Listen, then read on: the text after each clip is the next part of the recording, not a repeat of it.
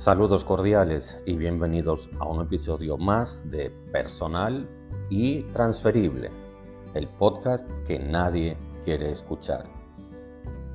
Hoy vamos a hablar, lo he titulado Un decálogo empresarial. Navegando por internet me encontré una entrevista ya de hace años de Hernando de Larramendi. Ese señor fue un directivo muy importante de la empresa Mapfre, la compañía de seguros, que seguro que todos conocemos, y él estuvo como directivo entre los años 1955 y 1990. Una de las cosas más llamativas de esa entrevista que estaba leyendo es un decálogo que él, es un decálogo personal, que él establece no tanto para la bondad, no tanto para la ética, sino para el éxito. ¿Pero por qué me llamó la atención? Porque él vincula el éxito a la ética. Y eso es muy interesante. Se lo voy a leer y me gustaría que lo reflexionáramos, lo analizáramos y sobre todo pensáramos si ese decálogo, que ya tiene décadas, mantiene o no vigencia. Quizá podríamos considerar que está obsoleto, o al revés, quizá merece ser rescatado y actualizado. Lo dejo a criterio de cada uno de ustedes. El decálogo de Larramendi es el siguiente. Como empresario. Número 1. Es indispensable ser ético para ser rentable como empresa.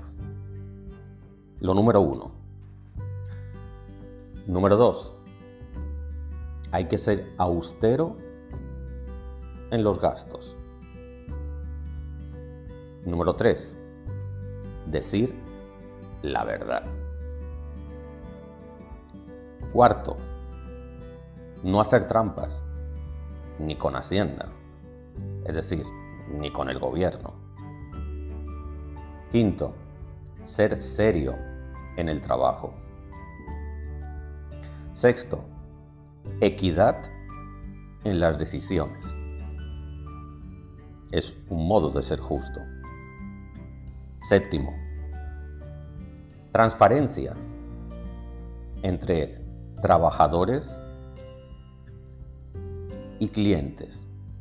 Es como un triángulo. El empresario ante los trabajadores debe ser transparente, pero ante los clientes de su empresa tiene que ser igualmente transparente. La transparencia es fundamental.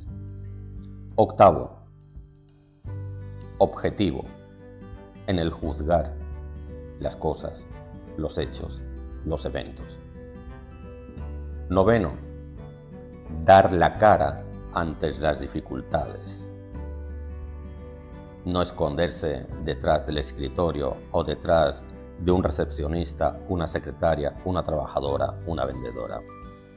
Y décimo, y no menos importante, respeto por los trabajadores. Respeto. Yo creo que es un decálogo denso y en cada uno de esos mandamientos que en su momento formuló ese empresario, hay mucho que analizar. Yo creo que el primero es un poco la síntesis de todos los demás. Es decir, es indispensable ser ético para ser rentable. Y realmente, año 2023, ¿es la ética tan importante como para pensar que la rentabilidad de una empresa depende de la ética? Pues sí y no. Y cuando digo sí y no, lo estoy enfocando desde el punto de vista de la rentabilidad. Si nos ponemos en modo cliente, en modo consumidor, yo no sé ustedes, queridos oyentes, pero a mí no me gusta consumir, gastar dinero en empresas de las cuales yo sospecho, o tengo la certeza, una de las dos, de que no se manejan de manera ética con el entorno, con los clientes, con el gobierno. Ojo, siempre y cuando yo tenga la opción de elegir, porque a veces no tenemos la opción de elegir. Es decir, si es una empresa que simplemente es un monopolio, pues solamente tenemos dos opciones: o consumir ese producto o no consumirlo, y a veces nos encontramos con que no es posible esa elección. Pensemos en la empresa que nos brinda la electricidad o el suministro de agua potable. No tenemos dónde elegir, hay una sola disponible para nosotros como consumidores y nada más. Pero en otros casos sí, pensamos por ejemplo en supermercados. Tenemos muchos supermercados para elegir. Y si de repente descubrimos que uno de esos supermercados es tramposo porque evade impuestos o no se maneja de manera transparente con sus empleados, con sus trabajadores, una política de recursos humanos quizá más cercana a la esclavitud que otra cosa, pues a mí a lo mejor no, es muy probable que no me apetezca para nada ir a ese supermercado. Y es un ejemplo. Podríamos hablar de talleres de vehículos, podríamos hablar de hoteles, de resorts, de lo que ustedes quieran. Entonces, yo creo, desde ese punto de vista, que la ética sí puede afectar el nivel de rentabilidad que puede tener una empresa, especialmente si la falta de ética se convierte en una característica de dominio público. Eso por un lado. Después vienen los otros 9 mandamientos, ¿no? Austero en los gastos, me parece de sentido común. Es como no ser derrochador, decir siempre la verdad. Yo creo que la verdad tiene que ser como el eje transversal que una los diferentes elementos que intervienen en el desarrollo de una empresa, es decir, empresario, trabajadores y clientes.